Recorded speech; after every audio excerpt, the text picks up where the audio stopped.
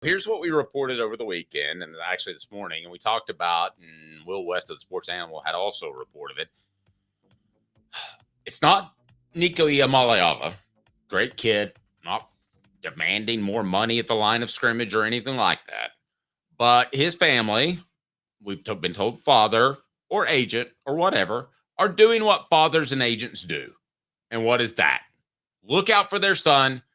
There's a concern on their behalf that Iamaleava was not throwing the ball enough last year. There was too much 12 personnel. I can say this definitively. I'm reporting this, and I've reported on Off the Hook Sports, and that they up and wanted more money.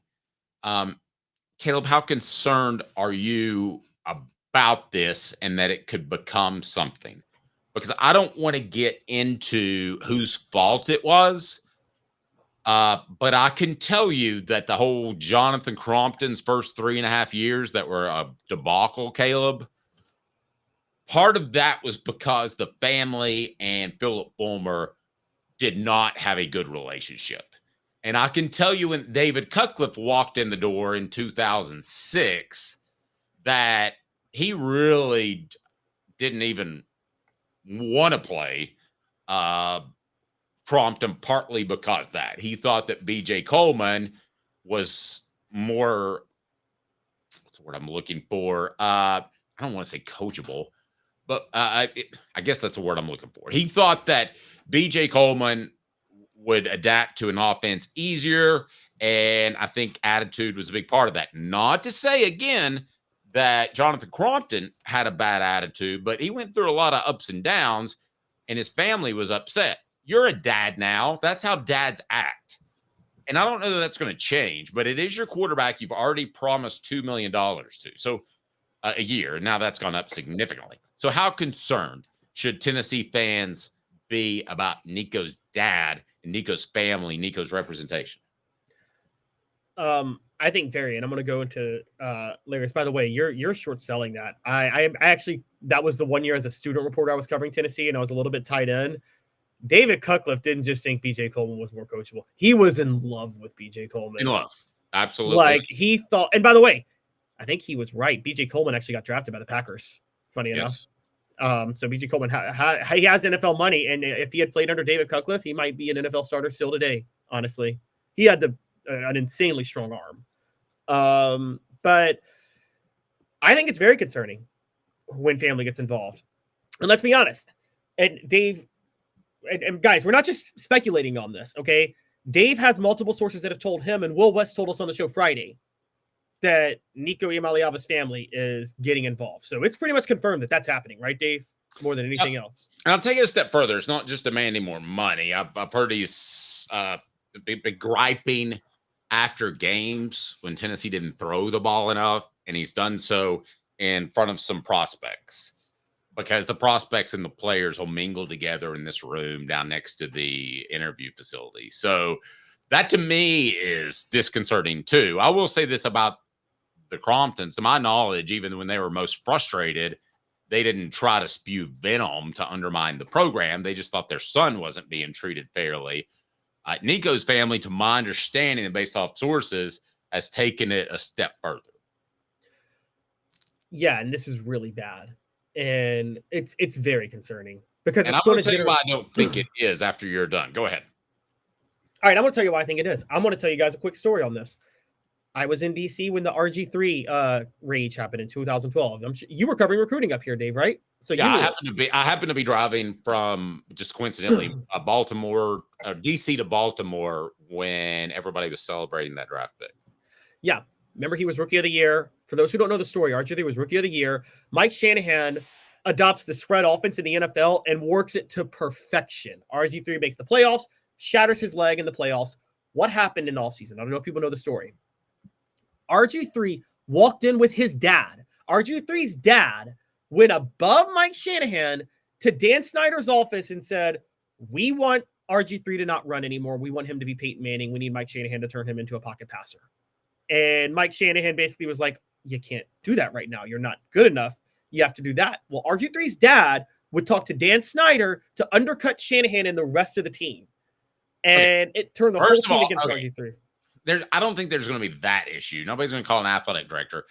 Dan Snyder should have said, "You're just a player. I'm not taking your call." And that's exactly what coaches should do in college. Here's why I'm not concerned about it, Caleb, is they've sewn him up financially, I've been told, for this year. Won a little bit of a raise, got a raise, great.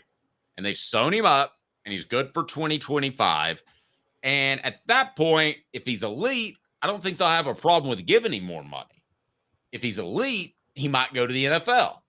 If he's just okay, then you've got options. You've got Merklinger, who I know we don't have a lot of confidence in, but surely he would be somewhat competent after 2 full seasons in college football. And then you've got McIntyre, who I believe is incredibly talented. So I'm not worried about it because I don't think Nico will throw in the towel. I don't think he's going to look at his financial statements and say, I made this. I really want to make this. I'm not going to practice as hard. My bigger concern is just creating a negative space because Tennessee wins games and prides itself on what? Oh, they pride themselves on culture. Yeah. Right. If they don't keep that, sorry, they're not as talented as the Ohio States and the Georgias of the world. And chances are most years they won't be. So they have to have an edge. And usually that comes from either culture, that comes from you got hot in recruiting, you got the right guys, better evaluation, or an elite quarterback like a Mike Vick at Virginia Tech back in the day, which elevated their program. But Caleb, if they don't have that, which I don't know that they do, culture is the most important thing.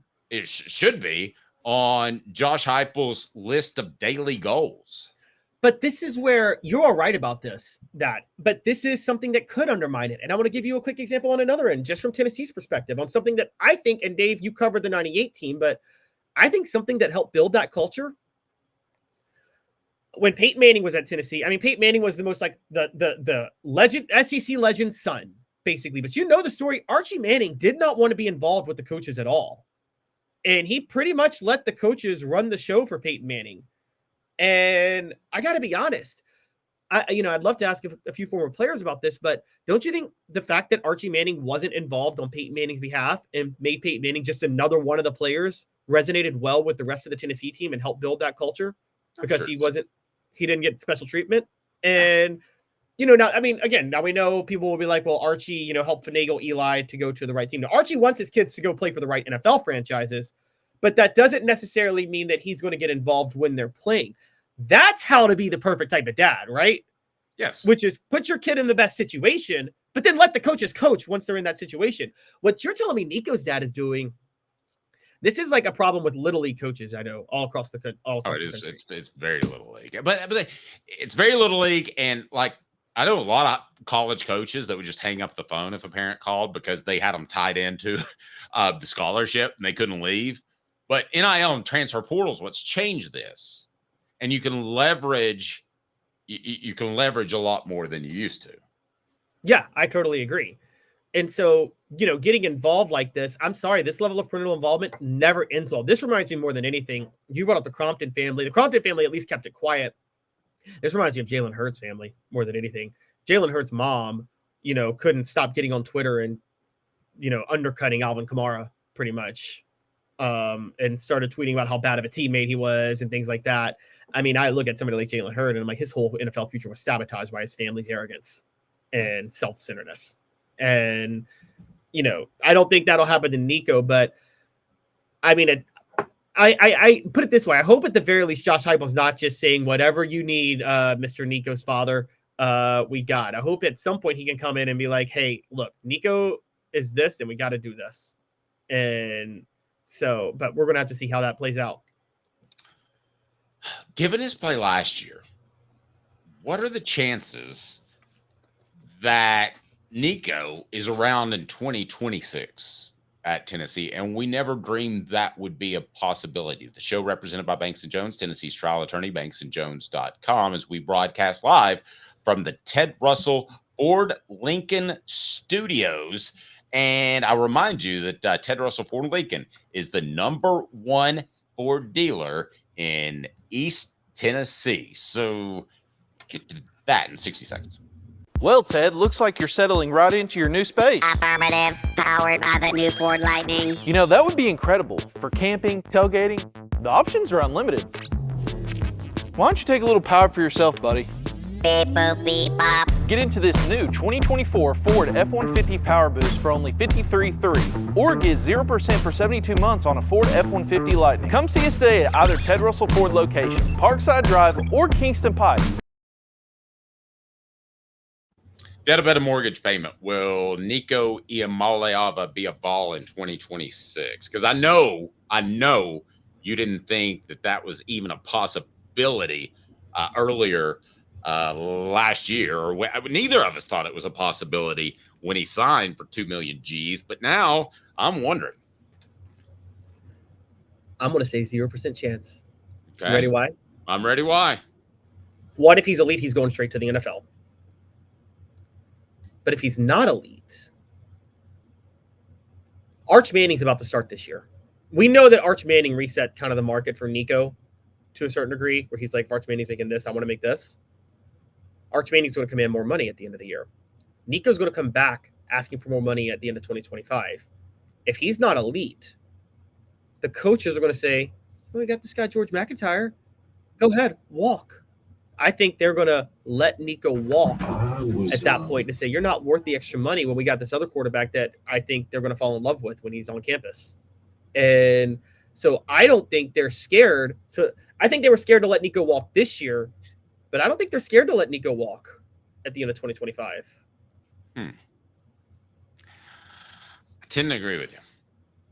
And I got called out. I went to the gym one time, and I said that George McIntyre reminded me of Patrick Mahomes. And, of course, I hate comparisons, and I'm not saying that he's Patrick Mahomes, okay? But if you watch his – and I would like for you to watch it this evening if you haven't already, Caleb. He has some innate ability to throw the ball at a lot of different arm levels. He has an innate ability to avoid sacks when it looks like he should be down. I think there could be something special about the McIntyre kid. I mean, the special thing with Nico is his accuracy in his arm, right? Right.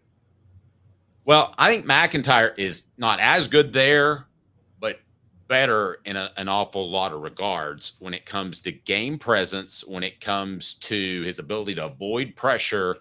And I would not be stunned at all if he were the starting quarterback in 2026. I just wonder if he'll get a shot this upcoming season.